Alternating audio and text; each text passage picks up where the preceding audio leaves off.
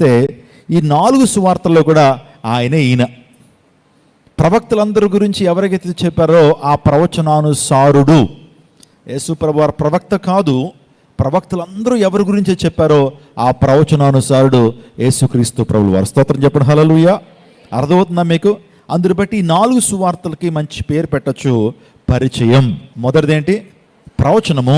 రెండోది పరిచయం. ఆ తర్వాత అపోస్తుల కార్యగ్రంథం ఉంటుంది కదండి, యాక్ట్స్ ఆఫ్ అపోజిల్. దానికి ఏం పేరు పెట్టచ్చు అని అంటే అపోస్తులు, యేసు ప్రభు శిష్యులు, అపోస్తులుగా ఎంచబడినటువంటి వారు, అపోస్తులుగా నియమించబడినటువంటి వారు యేసుక్రీస్తు ప్రభు గురించి ప్రచారం చేశారు. వాళ్ళు ఏం చేశారు? ప్రొక్లమేషన్. ఆ యేసుక్రీస్తు ప్రభు గురించి ప్రచారం చేశారు. అందుని బట్టి అపోస్తుల కార్యగ్రంథానికి మనం మంచి పేరు పెట్టచ్చు, ప్రచారం. ఎవరి గురించి ప్రచారం? యేసయ్య గురించి. అపోస్తులు అనేక ప్రాంతాలకు వెళ్ళి వారు ప్రచారం చేశారు. ఆ తర్వాత అపోస్తుల కార్యగ్రంథం అయిపోయిన తదుపరి ఎపిసిల్స్, ఉత్తరాలు ప్రారంభించబడతాయి. అపోస్టలైన పౌలు రాసిన ఉత్తరాలు, యోధా పత్రిక, యోహాను పత్రిక, ఇవన్నీ కూడా లెటర్స్ చూస్తూ ఉంటాం మనం. వాటిని ఎపిసిల్స్ అంటారు, పత్రికలు అంటారు. ఆ పత్రికలు ఏం తెలియజేస్తున్నాయి? ఆ పత్రికలు ఏమి రాయబడిందంటే యేసుక్రీస్తు ప్రభు యొక్క ప్రభావం, ఆయన యొక్క మరణ పునరుత్థానాలు, ఆయన యొక్క జననము, ఆయన యొక్క బోధలు, ఆయన మరణము, ఆయన పునరుత్థానము, ఆయన ఆగమనం యొక్క ప్రభావం ప్రపంచంలో ఎలా ఉంది, సంఘాల్లో ఎలా ఉంది అనేటువంటి అద్భుతమైనటువంటి మాటలు ఎక్కడ చూస్తాం మనం?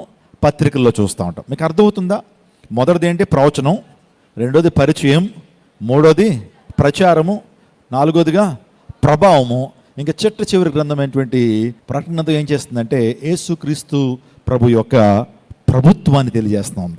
ఆయన రాజులకు రాజుగా, ప్రభులకు ప్రభుడుగా ఆయన రాబోతున్నాడు. కొదమ సింహంగా ఆయన రాబోతున్నాడు.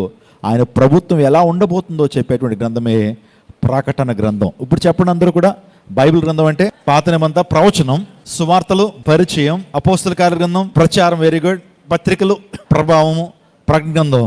5 పాలు అందరూ చెప్పండి. ఈ పాఠం నాతో చెప్పండి. ప్రవచనం, పరిచయం, ప్రచారం, ప్రభావం, ప్రభుత్వం. సో ఇలా మనం బైబిల్ గ్రంథాన్ని అర్థం చేసుకోవచ్చు. చాలా కిటుకులు, చాలా విషయాలు ఉన్నాయి.